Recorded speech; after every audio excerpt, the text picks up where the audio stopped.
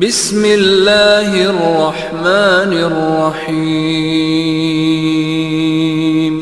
نحمد و نصلی علی رسول الکریم اما بعد اعوذ باللہ من الشیطان الرجیم بسم اللہ الرحمن الرحیم۔ بھائی امیر حمزہ صاحب بستی ملوک سے پوچھتے ہیں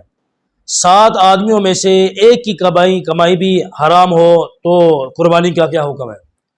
یعنی اجتماعی قربانی ہے، چند لوگ مل کر قربانی کر رہے ہیں،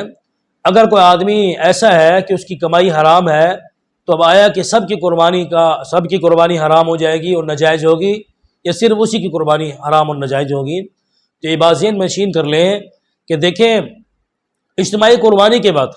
اس بات کا خیال کرنا چاہیے کوئی ساتھی ایسا شریک نہ ہو جس کی کمائی حرام ہو۔ اگر تو آپ کو پتہ ہے، واقعتاً آپ کو پتہ ہے کہ فلاں بندے کی کمائی حرام ہے اور وہ حرام ہی سے جو ہے اس کے اندر جو ہے جانور کے اندر حصہ ڈال رہا ہے،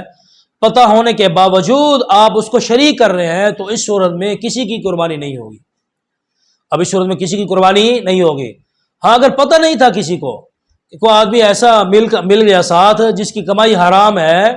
تو اس صورت میں علم نہ ہونے کی وجہ سے، پتہ نہ ہونے کی وجہ سے اب سب کی قربانی جائز ہو جائے گی، صرف اسی کی قربانی جائز نہیں ہوگی۔ لیکن اس کے اندر خیال کرنا چاہیے اجتماعی قربانی کے بعد جو لوگ اجتماعی قربانی کرتے ہیں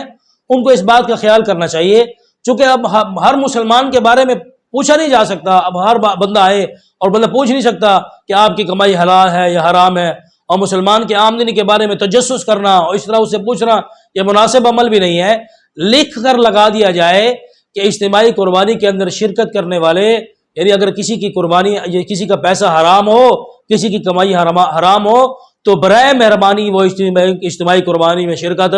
نہ کرے، یہ لکھ کر لگا لیا جائے تو زیادہ بہتر ہے۔